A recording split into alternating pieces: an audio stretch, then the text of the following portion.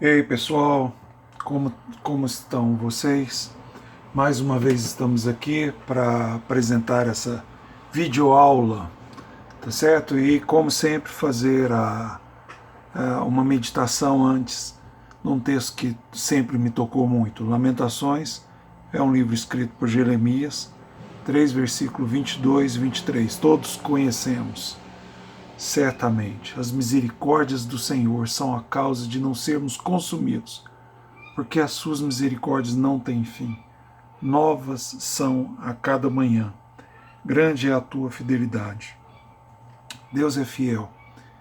E porque Ele é fiel, só porque Ele é fiel, as misericórdias dele se renovam a cada manhã. Se renovaram e têm se renovado. Ele nos ama muito. Não é? Ok. Vamos então à nossa aula de hoje. Nosso tema é plano de recuperação judicial. Vamos fazer uma aula pequena, rápida, um resumão sobre aquilo que a gente já falou em sala de aula, mas alguns alunos pediram para que eu registrasse, porque muitos não puderam assistir a videoaula nesses tempos, né, tão difíceis. Vamos lá, o plano de recuperação judicial ele está previsto no artigo 53 e seguintes da Lei 11.101 de 2005. E ela fala, o artigo 53 fala o seguinte, que esse plano de recuperação será apresentado pelo devedor em juízo no prazo improrrogável de 60 dias da publicação da decisão que deferir o processamento da recuperação judicial, sob pena de convolução e falência. Tá certo? Então, o primeiro ponto é que o prazo para o devedor apresentar esse plano é de 60 dias e esse prazo é improrrogável. Outros prazos são prorrogáveis.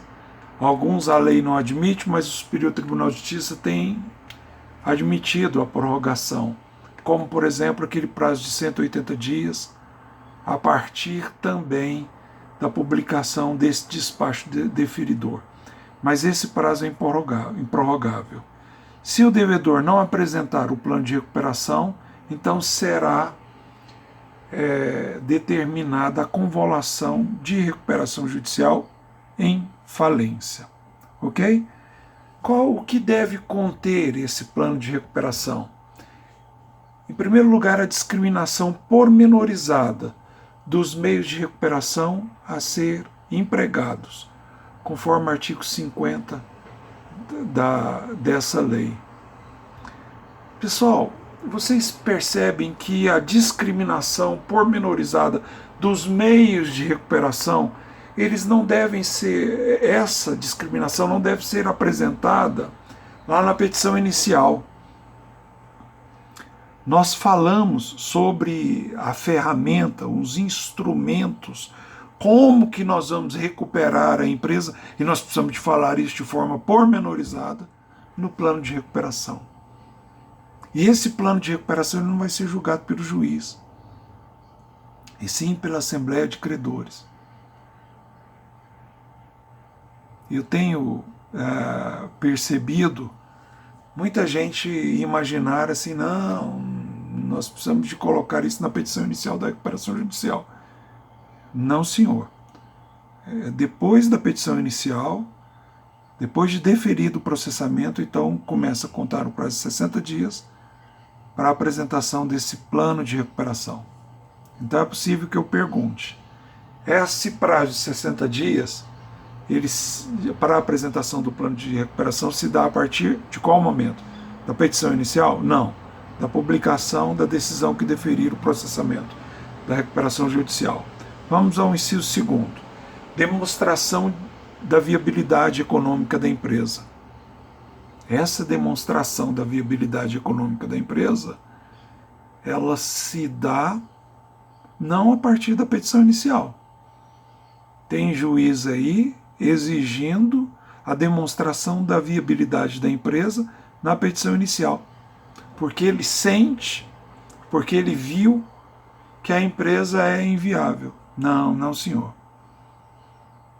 Se ele indefere a petição inicial por conta desse tipo de argumento, cabe apelação.